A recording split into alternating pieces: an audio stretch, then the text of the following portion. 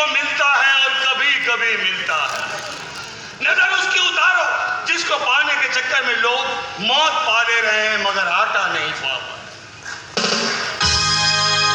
क्या अच्छी बात की, मुझे लग रहा है अगले हफ्ते आपको फांसी लगने वाली। हमें ये बताया जाए कि तुम्हें आटा लाने में कोई परेशानी तो नहीं हुई? कोई परेशानी नहीं है, बात सलामत। हम 8 की लाइन में फजर से ही लग गए थे। फजर की नमाज पढ़ के हम 8 की लाइन में लगे हैं।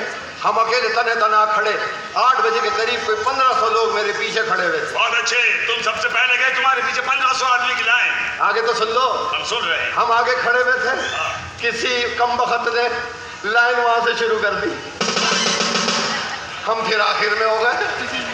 अब हमने बोला इतनी मुश्किल से आए हो लाइन में। मैंने बोला भाई गोदाम तो इधर था। बोला वो तो कब का बंद हो गया, अब यहाँ खोला दे इसलिए तुम्हें आने में देर हुई जी।